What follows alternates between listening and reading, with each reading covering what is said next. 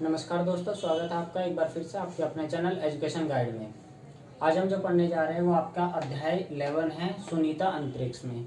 तो आज हम अंतरिक्ष के बारे में कुछ महत्वपूर्ण बिंदु जानेंगे जो कि आपके एग्जाम के लिए, किसी भी एग्जाम के लिए बहुत मोस्ट इम्पोर्टेंट चैप्टर है। इसमें कुछ आपके इसमें ऐसी बातें भी बताएंगे जो कि एमसीक्यू क्वेश्चन में आपके सभी में पूछे जाते हैं। चलिए शुरुआत करते हैं। तो सबसे पहला क्वेश्चन है, हम पृथ्वी पर जीएफ के कारण टिके रहते हैं। तो अब जीएफ भैया गर्लफ्रेंड मत समझ लेना, इसका मतलब है ग्रेविटेशनल फोर्स। क्या मीन्स है इसका? Gravitational force.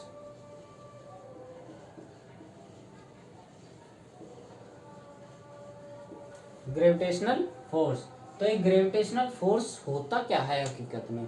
देखो, ग्रेविटेशनल फोर्स वो होता है किसी की वह क्षमता जो उसको किसी भी वस्तु को अपनी तरफ खींच लेते। मान लीजिए ये आपकी पृथ्वी है, ठीक है, ये क्या आपकी पृथ्वी है और यहाँ पर जो है आपका सूर्य है। तो इस पृथ्वी की जो क्षमता होती है, ये मान लीजिए इसकी पृथ्वी की ये क्षमता है कि इतने एरिया के अंदर जो वस्तु होती है उन्हें ये अपनी ओर आकर्षित करती है। यही इसका ग्रेविटेशनल फोर्स होता है। इसी तरीके से सूरज की ये होती है। अब देखा हो गया आपने, जहां पर इन दोनों की जो ग्रेविटेशनल फोर्स शक्ति है, यदि यहाँ पर कोई वस्तु फंस जाती है तो बिना किसी बाहरी शक्ति के वो चीज वहां से वापस नहीं आ सकती, भले वो आदमी हो, कोई जानवर हो, या हेलीकॉप्टर हो, या एरोप्लेन हो। कहने का मतलब है, यदि मान लीजिए यहाँ पर कोई हेलीकॉप्टर आके अटक गया जहाँ पर दोनों ग्रेविटेशनल फोर्स मिले होते हैं, तो वहां से जो है निकलना बहुत मुश्किल होता है। बिना किसी जोरदार बाहरी शक्ति के हम नहीं निकल सकते। क्लियर होगा कि ग्रेविटेशनल फोर्स क्या होता है। देखो, हम जो है पृथ्वी पर क्यों टिके रहते हैं? क्योंकि ग्रेविटेशनल फोर्स है। यहाँ पर एक व्यक्ति खड़ा हुआ है, ये तो ये क्यों खड़ा हुआ है? क्योंकि यहाँ पर जो है ग्रेविटेशनल फोर्स है, जिस कारण जो है ये व्यक्ति यहाँ पर टिका हुआ है। नहीं तो क्या होता, ये हवा में बिल्कुल क्रिश बन जाता। जैसे आपने क्रिश पिक्चर में देखा होगा, बिल्कुल इसी तरीके से उड़ने लग जाता है। क्लियर हो गया? एक चीज और देखा होगा आपने कि ये पृथ्वी है, इस पर यहाँ पर ये आम का पेड़ है। यहाँ पर जो कोई आम होता है, कोई फल होता है, वो क्या होता है, नीचे की ओर क्यों गिरता है? वो ग्रेविटेशनल फोर्स के कारण ही गिरता है। क्लियर हो गया? दूसरा है, अंतरिक्ष में सुनीता के बाल क्यों खड़े थे? भाई देखा होगा कि अंतरिक्ष, मान लीजिए यहाँ पर जो है अंतरिक्ष में यहाँ पर जो है सुनीता है, तो सुनीता के बाल ऊपर को क्यों थे? क्योंकि वहां पर ग्रेविटेशनल फोर्स बराबर क्या था? 0 था। कितना था ग्रेविटेशनल फोर्स? 0। इसी वजह से जो है सुनीता के बाल ऊपर की ओर खड़े हुए थे। नेक्स्ट क्वेश्चन है इसमें, तारे रात में ही क्यों चमकते हैं? अब आपने देखा होगा, भैया दिन में क्यों नहीं चमकते तारे? रात में ही क्यों चमकते? दिन में भी चमकने चाहिए।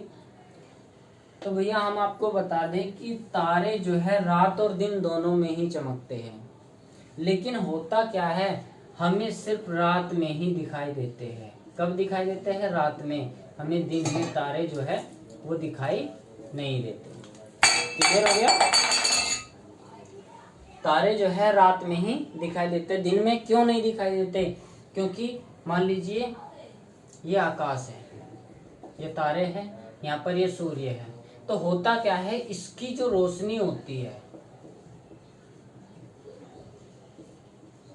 सनलाइट जिसे कहते हैं, जो सनलाइट होती है वो इतनी ज्यादा होती है कि इनकी रोशनी जो है इस रोशनी में दिखाई नहीं देते। कहने का मतलब है, जो तारों की रोशनी होती है, लाइट होती है, वो इनमें जो है दिखाई नहीं देती, जिस कारण जो है ये तारे दिन में दिखाई नहीं देते। नेक्स्ट क्वेश्चन है आपका, चांद रात में ही क्यों चांदनी बिखेरता है, दिन में क्यों नहीं? तो जैसा जो है तारे के पीछे इसका रीजन था, इसी तरीके से इसमें भी है। चांद क्या होता है कि चांद दिन में और रात में हमेशा जो है क्या करता है, चांदनी बिखेरता है। लेकिन क्या होता है कि जब रात हो जाती है, रात कब होती है? देखा होगा आपने,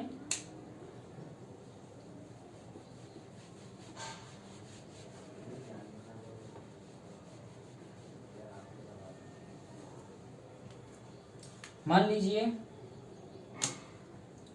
ये है, ये यहाँ पर क्या है, ये इस तरीके से जो है, ये मान लीजिए आपका चांद है और ये सूरज है, ये चांद है ये सूरज है।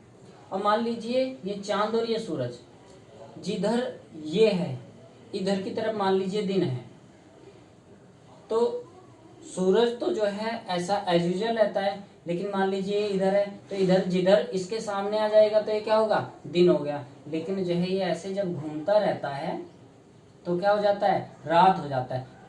सूरज जो है अपनी धुरी पर स्थिर बना हुआ है। चक्कर कौन लगाता है, एक तो अपनी धुरी पर लगाते हैं, कहने का मतलब है अपने आप में घूमते हैं और सूरज के चारों तरफ भी घूमते हैं ऐसे, मतलब अपनी धुरी पर ऐसे घूमते हैं लेकिन सूरज के चारों ओर भी घूमते हैं, इसलिए रात और दिन भी होती है। क्लियर हो गया, दोबारा देख लीजिएगा इसको।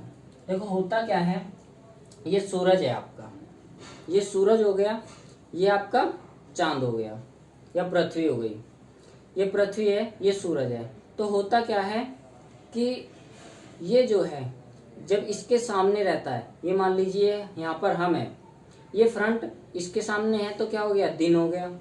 लेकिन जैसे जैसे ये घूमता है, ये घूमेगा अपनी धुरी पर भी और इसके चारों तरफ भी, तो जैसे ये घूमता है इस तरीके से, तो अब क्या होगा, इधर की तरफ जो है अंधेरा हो गया, इधर तरफ रोशनी, तो इधर रात हो गई इधर दिन हो गया। क्लियर हो गया। चलिए नेक्स्ट क्वेश्चन चलते हैं। अंतरिक्ष में आसमान काला क्यों दिखाई देता है। देखो अंतरिक्ष में काला क्यों दिखाई देता है, इसका बहुत सॉलिड रीजन है कि होता क्या है, पृथ्वी पर जो है 73% आपका 71% आपका क्या है, वाटर है। कहने का मतलब है ये जो 2/3 भाग है पृथ्वी का, उस पर जो है जल है, जिस कारण इसको नीला ग्रह भी कहते हैं। क्या कहते हैं, नीला ग्रह। तो होता क्या है कि जब सूर्य की किरणें इस पर पड़ती है, जब सूर्य की किरणें पृथ्वी पर पड़ती है तो क्या कर देती है, रिफ्लेक्ट कर देती है।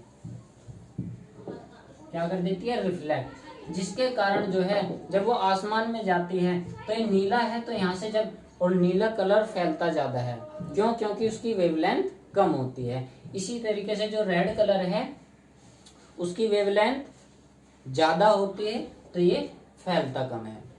क्लियर हो गया। तो ब्लू कलर की जो वेवलेंथ होती है वो बहुत कम होती है, जिस कारण वो ज्यादा फैलता है। तो इसी तरीके से जैसे यहाँ आएगी तो ये क्या होगा, किरणें जो है टकरा जाएगी वापस, तो टकराने के बाद जो है आसमान में जाएगी, तो इसी वजह से जो है आकाश हमें नीला दिखाई देता है। लेकिन यदि हम इससे ऊपर चले गए, मान लीजिए पृथ्वी है, हम यहाँ जाके देखने लगे, तो जब हम यहाँ पर है तो हम यहाँ से टकरा के जो हमें दिखाई दे रही है, लेकिन यहाँ पर तो कोई कुछ टकरा नहीं रहा है, तो उससे क्या होगा कि यहाँ पर जो है हमें अंतरिक्ष कैसा दिखाई देगा, ब्लैक। ये क्लियर हो गया। तो अंतरिक्ष से आसमान काला क्यों दिखाई देता है, क्योंकि जो है हम इस पृथ्वी से ऊपर चले जाते हैं तो वहां पर अल्ट्रा वायलेट रे टकरा के जो है आसमान में नहीं जाती, जिससे कि जो है हमें काला दिखाई देता है। क्लियर हो गया। नेक्स्ट है, चांद पर जाने वाले पहले व्यक्ति कौन थे, नील आर्मस्ट्रॉन्ग। कौन थे, नील आर्मस्ट्रॉन्ग 1969 में जो है वे सबसे पहले व्यक्ति थे जो चांद पर पहुंचे थे। लेकिन चांद पर जो है इनके साथ में कुछ डॉग्स भी थे, सबसे पहले उसको उतारा गया था, लेकिन जहां पर व्यक्ति की बात होती है तो नील आर्मस्ट्रॉन्ग। क्लियर हो गया। ये आपका बहुत अच्छा चैप्टर था, आई होप ये आपको समझ में आया होगा। यदि फिर भी कोई दिक्कत रहती है तो आप हमें कॉल करके किसी भी तरीके से पूछ सकते हैं। धन्यवाद।